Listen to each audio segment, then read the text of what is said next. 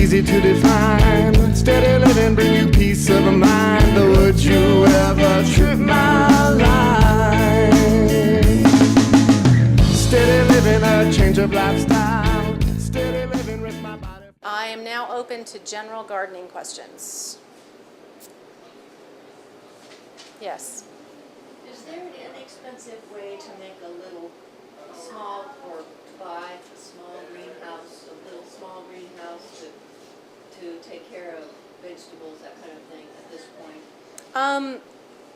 Out on our farm, we are working on several experimental structures, and we want to use as much trash, recycled stuff as possible. And one of the things we'll put up soon are just very basic hoop houses. So if you've got any kind of metal or PVC or anything that can make a structure, you can put plastic over. And any way you can think to attach it on there, you can come up with. So really, it's just be creative. You just want something on there. You need to be able to access it. Anything that you can come up with that you can form a house out of will work. Now, you do want to think about your plastic. You can order special greenhouse plastic. Charlie's Greenhouse is here, and they have a website. I think it's charliesgreenhouse.com. They are a company here in the state of Washington, and they sell greenhouse plastic. Greenhouse plastic is a special UV treated plastic so that it will last for like 6 years out in the sun. If you go get regular plastic from the hardware store, it will be cracking and turning into a mess within a year. Like, you know. Sure. And you can do cold, I mean, your other thing is to do is cold frames. And cold frames are something you build. And so it's a wooden structure that goes down below the soil surface and then is partly above the soil surface. And you basically put a window on the top of it. And you generally angle it. You just angle it toward your sun. So whatever your south is, you want to angle it that way. So normally cold frames look like this. They're on a slant. Huh? Right. That's if it's warm, you want it open. If it's cold, you want it shut. And you can grow things, probably 6 weeks, both ends of the season, longer by having them in cold frames. And you can start plants in cold frames. So it would be okay to have tomatoes and eggplants out there just about now? If they were in a cold frame, they could, but the problem is you don't generally keep eggplant and tomatoes in a cold frame. And so you don't generally plant them in there and then grow them in there. Okay. So I have some small plants that are kind of outgrowing my window a little bit. Can I move them outside into a tiny greenhouse or a cold frame? you can, if it's going to get below, for eggplant, peppers, and tomatoes, more eggplant and peppers, when it is going to get below 40, you're either going to want to bring them in or cover it with a blanket. If you've got a cold frame, you can cover it with a blanket. Some way that it's not going to get slammed from the cold. So if we had another freeze, bring them in. Yeah, if you've got them in pots, sure. Yeah, then that's easy. There's a permaculture technique where you can reclaim a lawn or a weedy field or, someplace where digging it up and turning it into garden is hard. You can actually take like 4 inches of cardboard, corrugated cardboard. You want American corrugated cardboard without a lot of ink on it. If it's gray in the middle, don't use it. It came from somewhere else and has likely got contaminants in it. But we have lots and lots of cardboard at Fresh Abundance. We have a cardboard dumpster. You're welcome to raid all you want to. And not wax cardboard, so cardboard, this stuff, cardboard, so not waxed.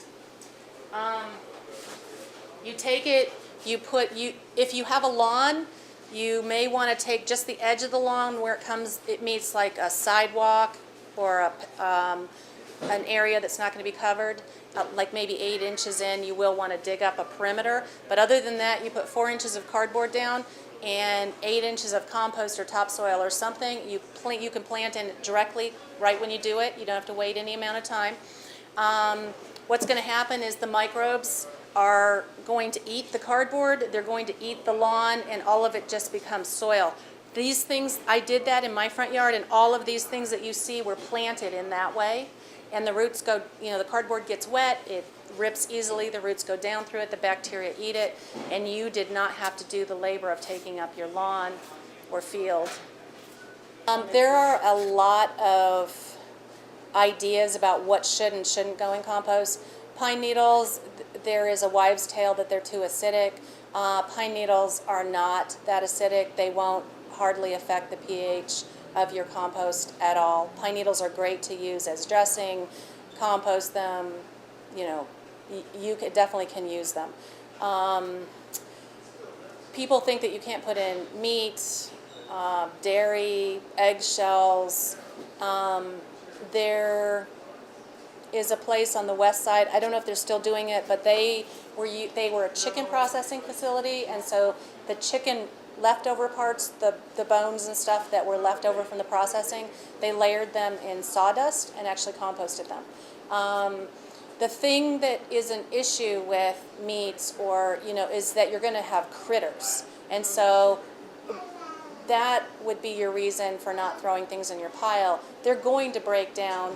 And like bones and stuff, if you don't want them in your garden, then you screen your compost before you put it to your garden and throw them back in, or toss them aside to your bigger stick and bone pile.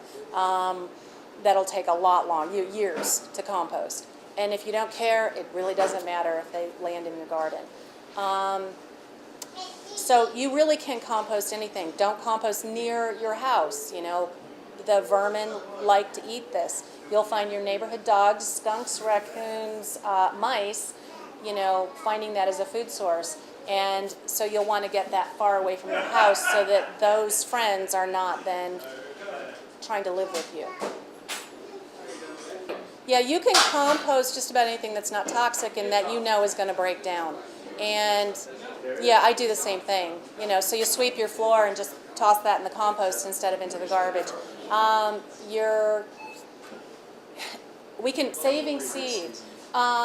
Out on our Valley Farm, we will be saving seed extensively. We've started a seed bank here in Spokane, and our nonprofit p.e.a.c.h.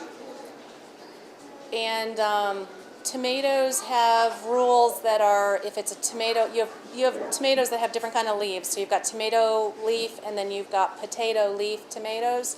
The potato leaf tomatoes can't be near each other. They will cross. The other tomatoes, you can actually have them near each other, and they all just pollinate themselves. So there is a book. Well, there's a nonprofit called the Seed Exchange, and I think their website is seedexchange.com. If you Google it, you'll find it. And they have a book called Seed to Seed. If you're interested in seed saving, it is the best book out there. A lot of the information from Seed to Seed is on their website also. So you can look up anything and just say peas, carrots, any kind of seed, and you'll get information. There are some seeds that are a lot harder, like squash, pumpkins, which are squash family, peppers. They'll all want to cross with each other.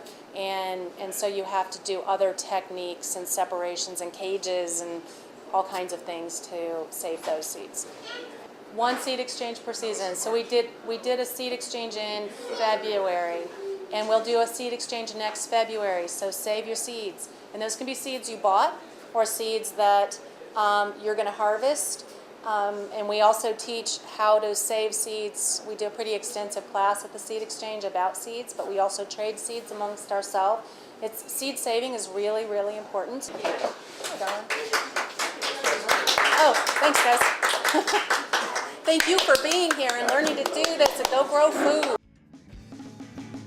Steady living is easy to define. Steady living bring you peace of mind. But would you ever trip my line? Steady living a change of lifestyle. Steady living risk my body for a while.